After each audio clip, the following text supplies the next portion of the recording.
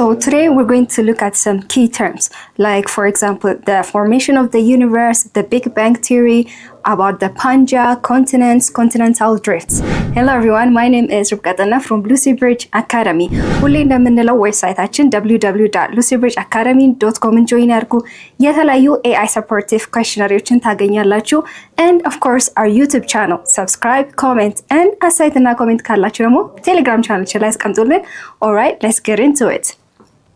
So about the formation of universe or the earth እንመለከት በፊት የተለያዩ key pointዎችን እንመልከት። ለምሳሌ about the planetary system, about this concept, and also about the solar system የምንለው እንመልከት። So planetary system የምንለው the earth with the other planets and their moons.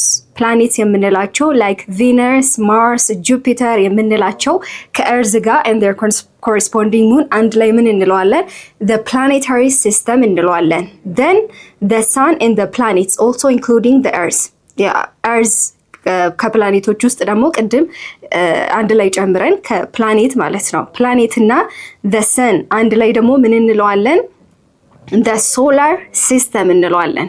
So regarding the formation of the universe or the earth, so እንዴት ዩኒቨርሱ ተፈጠረ የሚለው ኮንሴፕት ላይ የተለያዩ ቲዮሪዎች ነበሩ። ብዙ ሐሳብ ነበር, but they were all just speculation, ማለት እንደ ግምት ነበረ እንጂ የሆነ tangible የሆነ ቲዮሪ የሚያሳየን ስለ ዩኒቨርስ or the earth formation የሚያሳየን አልነበረም. But most widely used የሆነ ሳይንቲስቶች ምን የትኛውን ቲዮሪ ነው widely accept ያደረጉት? The Big Bang Theory የምንለው ኮንሰፕት ነው or theory ነው. So ይሄ Big Bang Theory ምን ይላል? The universe came due to for like explosion, sudden የሆነ ወይ ደግሞ abrupt የሆነ explosion, dense የሆኑ ማተሮች like suddenly explode ሲያደርጉ then በጊዜ ሂደት ደግሞ ኤክስፕሎዥን ሲኖር ያ ሙቀት አለ፣ ሆትነስ አለ አይደል? ሶ በጊዜ ሂደት እየቀዘቀዘ ኩል እየሆነ እነዚህ ዴንስ ማተሮች ኤክስፕሎድ ያደረጉት ደግሞ አንድ ላይ አትራክት እየተደራረጉ ኮላይድ እየተደራረጉ ዩኒቨርስ የምንላቸውን ክሬት አደረገ ይላሉ። ሶ መቼ ነው ይላሉ? about 10 to 20 billion years ago ክሬት ተደረገ ይላል according to the Big Bang Theory. So according to the Big Bang Theory, that is how the universe ወይ ደግሞ ፕላኔቶች የምንላቸው ክሬት የተደረጉት በዚህ ምክንያት ነው። Now what about the earth? So earth የምንለው ደግሞ 4.5 billion years ago, it was due to what? Gas and dust particles near the sun. ፀሐይን ከቧት ወይ ደግሞ የሚሽከረከሩ ደስት የሆኑ ፓርቲክልስ እና ጋዝ አንድ ላይ ሲሆኑ ይሄ እርዝ የምንለው ፎርም አደረገ ይላል። So about 4.5 billion years ago. Okay. So the most widely used theory ምን ብለናል? Big Bang Theory ነው. About 10 to 20 billion years ago የተፈጠረ ነው። So okay. Now let's look at the formation of continents. So continents እናያቸው አሁን የምናውቃቸው 7 የሆኑ ኮንቲኔንትስ ድሪፍት ተራርቀው ያሉት ኮንቲኔንቶች ሳይሆን መጀመሪያ እንዴት ፎርም እንደተደረጉ ከመጀመሪያው እንመልከት። So ከየት ነው የምንጀምረው? ከሮዲኒያ ጀምረን እስከ ፓንጅ ያለውን ድረስ እንመለከታለን። So about 750 million years ago ምን ነበረ? የተለያዩ ላንድ ማሶች ሶ ቅድም ከመጡት የሆነ ዴንስ የሆኑ ማቴሪያል ሶ በቢግ ባንግ ቲሪ የተፈጠሩት ኤክስፕሎዥኖች ምን የሆኑ መጡ?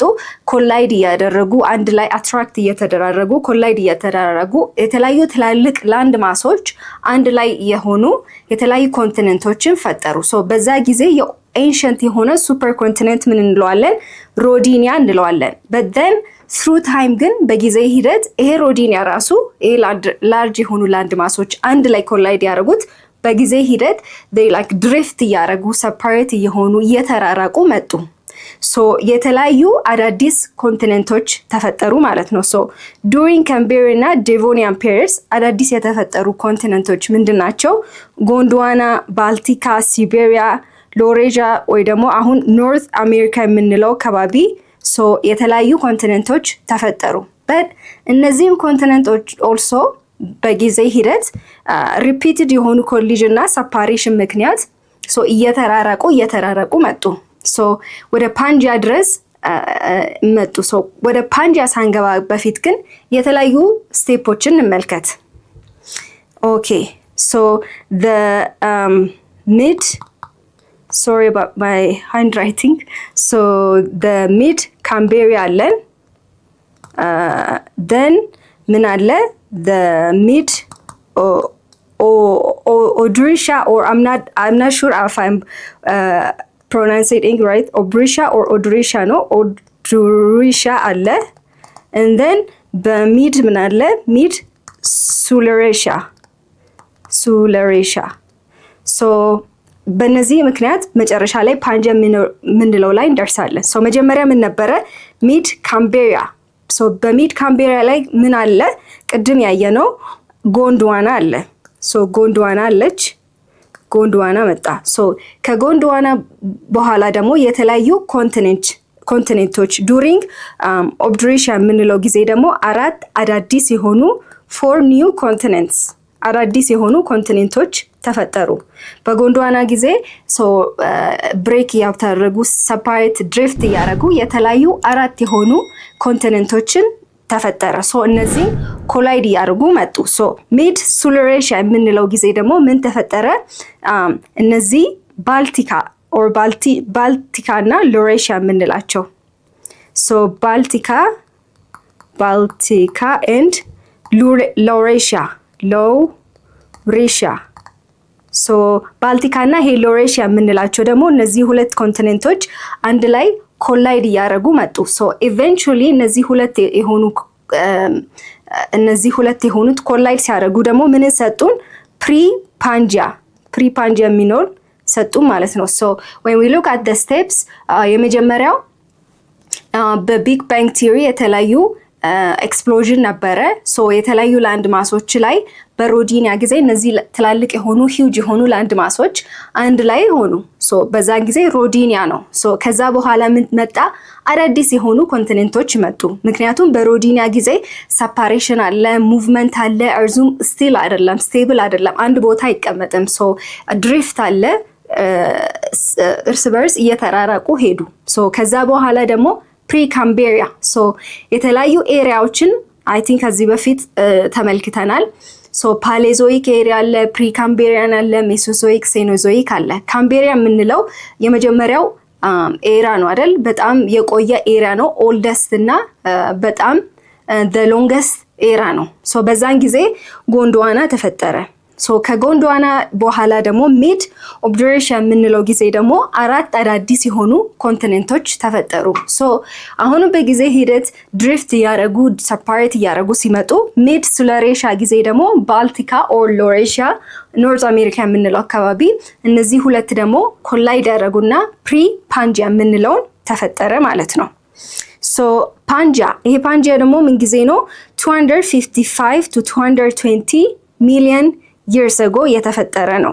የተለያዩ earlier continents በቴክቶኒክ የሆነ ኮሊዥን የተፈጠረ ነው። ሶ ይሄ ፓንጂያ ግን በጊዜ ሂደት ሰፓሬት ድሪፍት እያደረገ መጣ። ሶ አሁን ያለንበት ኤራ ወይ ደግሞ ፔሪድ ምን ላይ ደረሰ? ቴራሲክ ፔሪድ።